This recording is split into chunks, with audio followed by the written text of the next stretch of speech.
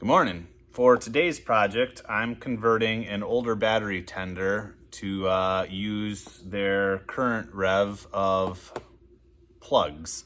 So let's check this out. I picked up this battery tender for about $100, but the problem is that it used these old style plugs and I had to desolder them from the board because nobody makes a replacement for these, at least that I could find. So what I plan on doing is, you'll see there's the circle and the square, and it's all circle and square, and then there's an alignment peg, that top circle, whatever, that's how that pin aligns in there. So I went on eBay and ordered these. They came as an end-to-end, all-in-one cord. I cut them in half and stripped them and tinned them. The problem I'm running into is I ordered them as 12 gauge and they're going to be a little bit too big for those holes.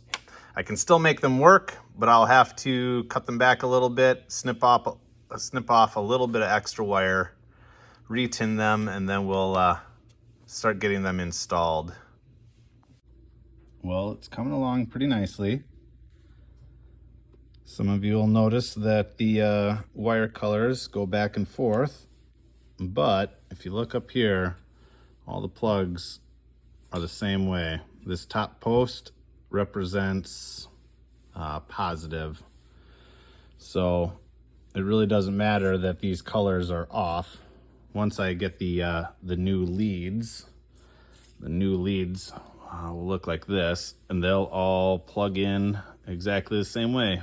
The positive clip will be on top. So here we go, just like that. Trying to get them soldered in place.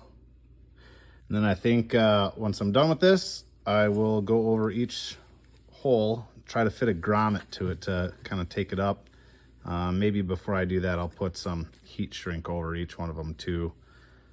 But yeah.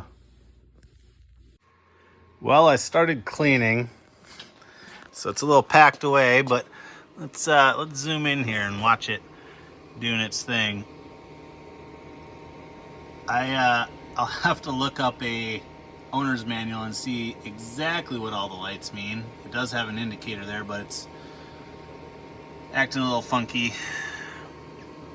Channel 2 over there, or port 2, doesn't even have anything plugged into it. So yeah, we're currently working on a fish finder battery, and got a boat battery down there that we're tending. So yeah. So you're probably wondering, why would I take the time to fix up something like that? Well, the battery tender and all the plugins, I still need to buy leads.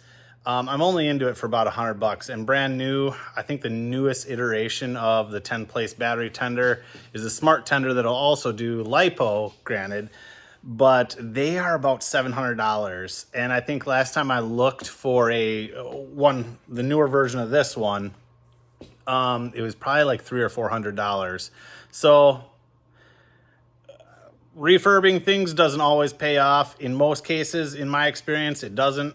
But this is one of those scenarios where I think I'm going to be into it for quite a bit less than buying everything brand new. So there you go. Hope you learned something.